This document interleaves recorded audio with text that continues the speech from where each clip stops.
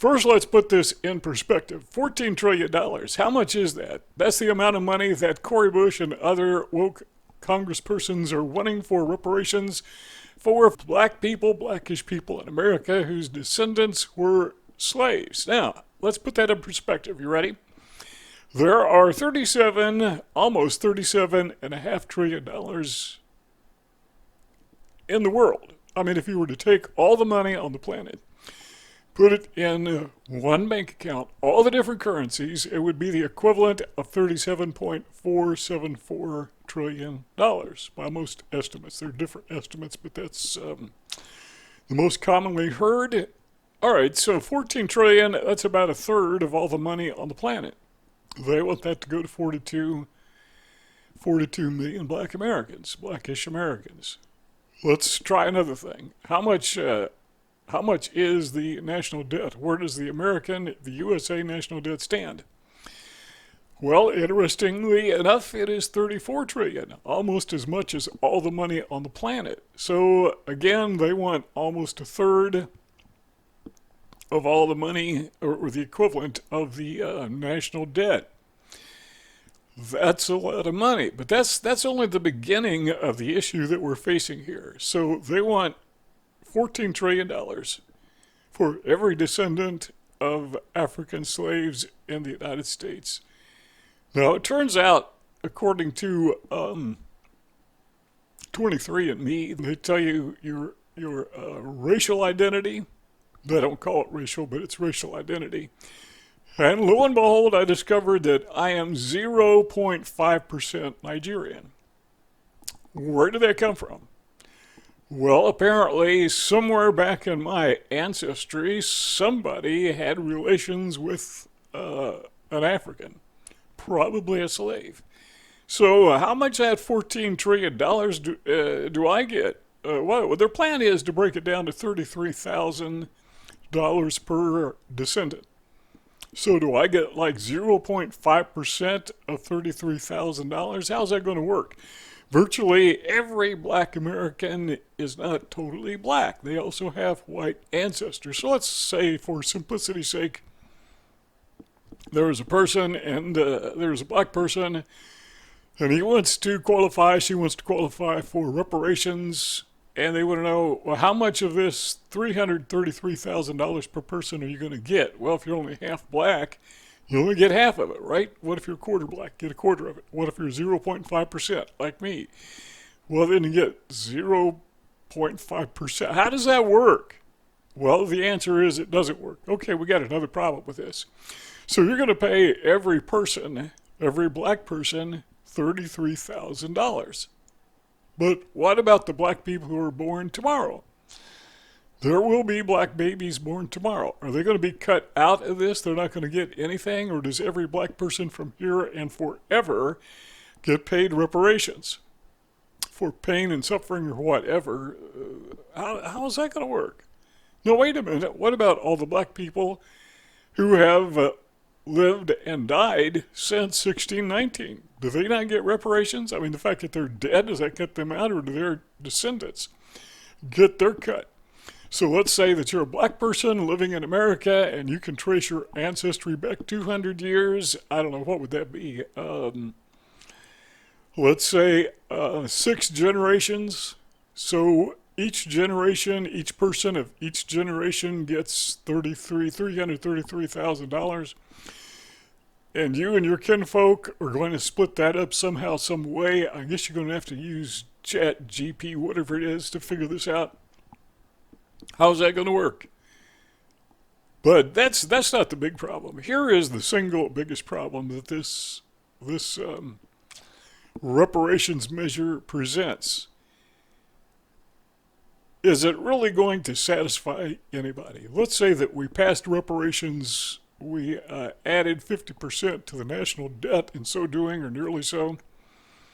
$14 trillion, $333,000 for every person who can prove their ancestry were slaves in America, African slaves in America. Will they be satisfied? Are they going to say, yeah, okay, now we're satisfied. Now justice has been served. Now we are equal. In fact, we're not only equal, but now we are equitable, which is the latest buzzword in the lexicon of woke leftist. The answer is they're going to respond the same way they responded when we elected a black president. They're not going to be satisfied. If anything, it's just going to encourage them to ask for more. Absolutely, positively guarantee. I would bet my life on it. I would bet the farm on it if I had a farm. That no matter what you do for these people, they're going to say that's not enough. Justice has not been served. In fact, they will be insulted that you would even consider thinking that $333,000 per person came anywhere close to covering the cost of all the pain and suffering and inconvenience they have experienced for being the descendants of slaves. Now, I'm pausing to think here, are we not paying them reparations now? I mean, collectively, as a society, as a country? You know, there is a reason why virtually everybody in the world wants to come here or to a Western nation. That is because we are enhancing the lives of those who live here. We enhance the lives of everyone everywhere, but even more so if you have the opportunity to live among us. That's why they're breaching the border walls. You know, nobody is clamoring to get out of the United States. There are not hordes of people risking their lives in boats trying to get to Africa or to northern Africa. No one is trying to climb over the border wall to get into Mexico. They're all coming this direction. And by the way, I don't blame them, most of them. I'd do the same thing if I was in their situation. That doesn't make it right, but still, that's the reality. But the point is, the reason they're coming here is because we are enhancing the lives of everyone. How is that not reparations? If you live in the United States of America at this very moment, you are living at a point in time, in a place, in geography, which is the apex of humanity. I mean, right this very moment, technology is at its very apex.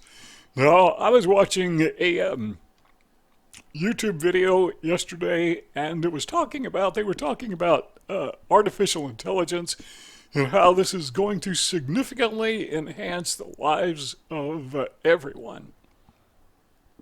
Our lives have already been significantly enhanced, and still they're complaining, still they're griping. It doesn't matter how good you make it or we make it. You know, Western technology, Western people. It doesn't matter how good we make it. They're still going to want to be a part of it, and once they are, they're going to complain. They don't say thank you. Okay, maybe a few of them do.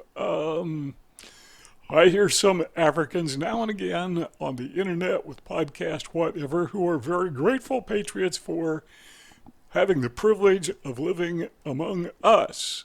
And they tend to be not only patriots, but conservatives. And guess what? It pains them to say it, pains the left to say it or admit it, but they tend to be Republicans, but not very many of them. The fact of the matter is, if you are a descendant of a slave, you're living in the United States, your life is being enhanced immeasurably by virtue of the fact that you are here. Just by virtue of the fact that you are here. Even without equality, you have equality, but even without that, and even without the bogusness of so-called equity, we are pushed to the front of the line. Say, for example, there are two people who have kidney disease. One is like you, and one looks like me, or 99.5% of me. Guess what? You get pushed to the front of the line. They call that equity. It goes beyond equality. So what I'm saying is, you want $14 trillion, $333,000 per person, and I'm saying you've already got it. Just the fact that you had the privilege and are having the privilege of living among us, that's it. That is your payback for all the pain and suffering, which is questionable. But living here now, that is reparations. If you got something out of this video, give it a thumbs up. Don't forget to share this on social media. By the way, join our family. Subscribe to our YouTube channel, and we will see you all next time.